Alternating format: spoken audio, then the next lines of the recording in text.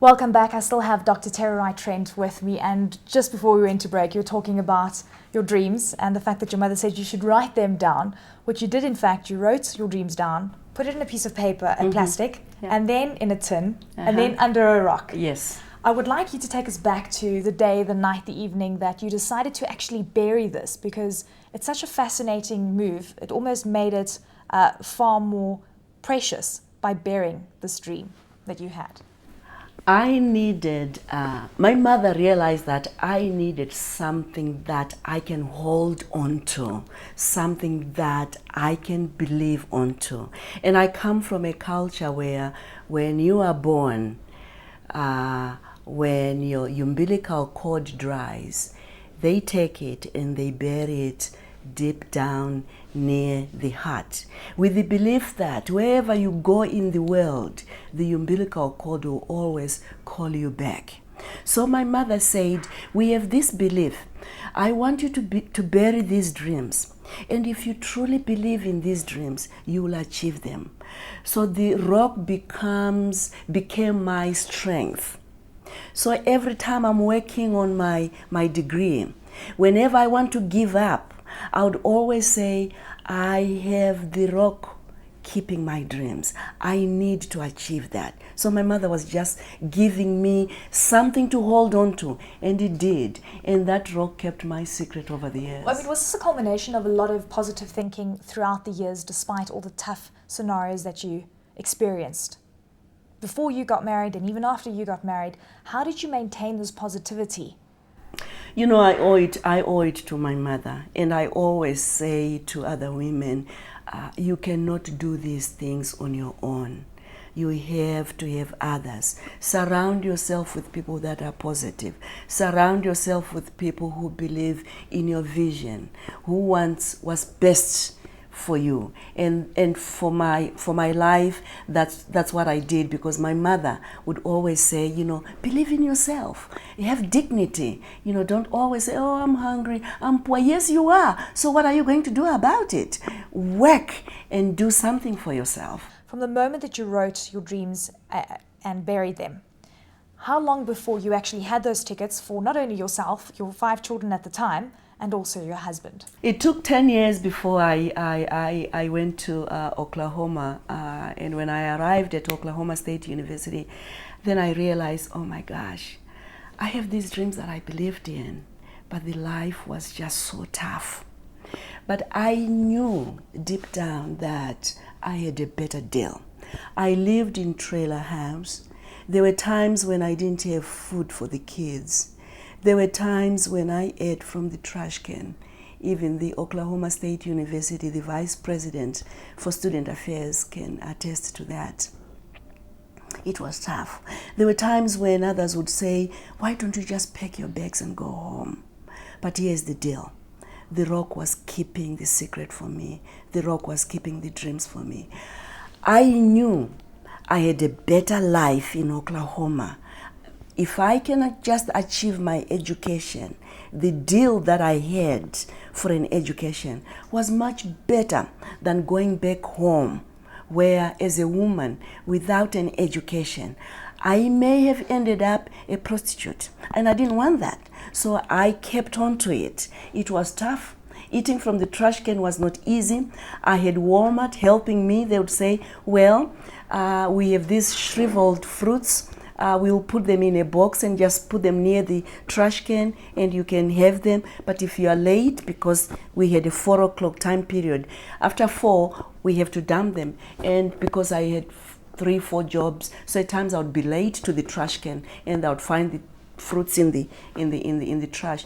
I'll just retrieve it, wash them, take home, and eat with the kids, because I knew I had a dream. I knew I wanted an education more than anything else. I was in a foreign country, but I wanted the best for me and my children. At that time, why didn't you ask the university for assistance? 5 children, you had a husband that wasn't helping you. In fact, the abuse continued over that period. Why not go and ask for help? You know, at first I didn't ask for help. But after some time, when my husband started beating me up, and, you know, then colleagues would see me with blue eyes, or, you know, then the university, they called me. They said, you know what, your neighbors are telling us that your husband is beating you almost on a daily basis. You are living an abusive life. It can't go on. And I didn't want to report because I had 5 children. And going to school and maintaining 3 jobs, I needed someone to help me with the kids. And he wasn't working at the time? No, he was not allowed to work at the time. So I sacrificed because I wanted him to take care of the kids while I achieved my dream. But anyway, the university said, we can help you. You don't have to go through this. So the churches, the community, they came and they helped me out. And my husband ended up being deported back to Zimbabwe. That must have taken a lot of strength on your part. It did. That's also the power of knowing others, the power of a society. In Africa, we say it takes the whole village to raise a child, and it took the whole community of Stillwater, Oklahoma, to raise me to be where I am today. And what's also very interesting to note is, despite all those challenges, you had quite a great support system that eventually came to the fore, and you also really maintained your loyalty to your husband, despite the fact that he was very abusive, because when he fell ill, you nursed him. Yeah, you know, what happened was when he came back to Zimbabwe, then I got enrolled in my master's, and it became very tough with 5 children and being in a master's program. Then I asked the university if I can bring my mother, and they said the only person that is allowed to come on your visa is your husband. You cannot bring your mother. And so I ended up going back to my husband and said, please come and help me with the children. He said that I was to pack my bags and come back home, but I wanted that education so badly. So he comes in, and now he realized, well, Tererai, you are a loser. You can't complain. But he was already sick.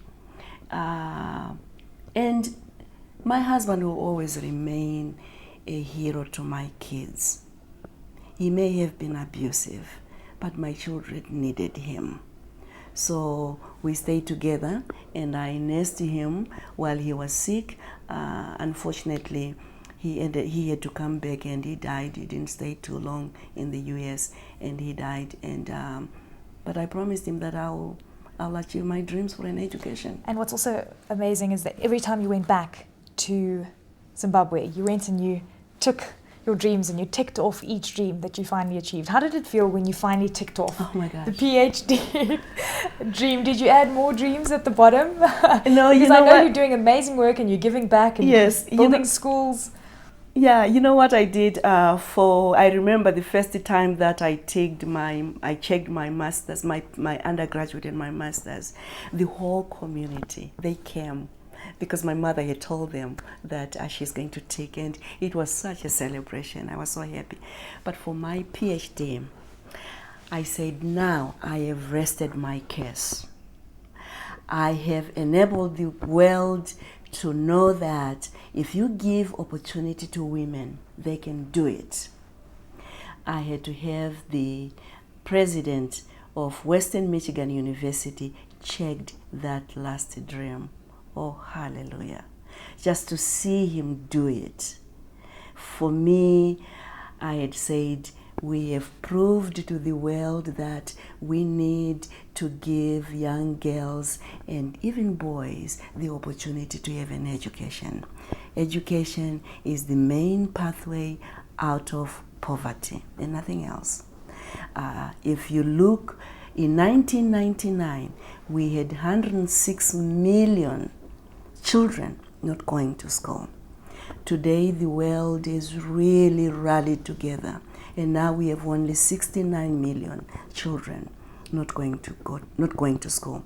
And I still feel education is a human right. What do you think differentiated you from everyone else in your peer group, that you had the strength and the ambition and the capability to change your future so dramatically? I know that you've given a lot of credibility to your mother, but it must have also been something in your mind that allowed yourself to listen to a lot of the advice that came through, not only from your mother, but also from Haifa International. You know, I am a coward. I'm afraid of poverty. Many people, they say, Tererai, you are extraordinary. No, I am not extraordinary. I am ordinary. But I met extraordinary individuals who believed in me. And I think all of us, we have the capacity to be extraordinary, to meet those ordinary kids. So one day they become extraordinary. And that's the reason why I'm building 9 schools. Thank goodness to Oprah. We are building 9 schools, starting with the very school that I went to when I was young. Matau Primary School. Matau Primary School. I'm just coming there. We had never had water or a borehole. Now we have a borehole. And just to see a tap flowing with water, what we have done is a miracle. We have typhoid and all these diseases, waterborne diseases, and now we have water at the school. You should see the structures. We have teachers' houses already standing. We have 2 blocks already standing, and they promised me that by the end of this year, the school will be complete. Dr. Trent, I think you've mastered the art of something that I heard from a very young age, is that your mind shapes your reality. Your reality does not shape who you are and what you think. That's very true.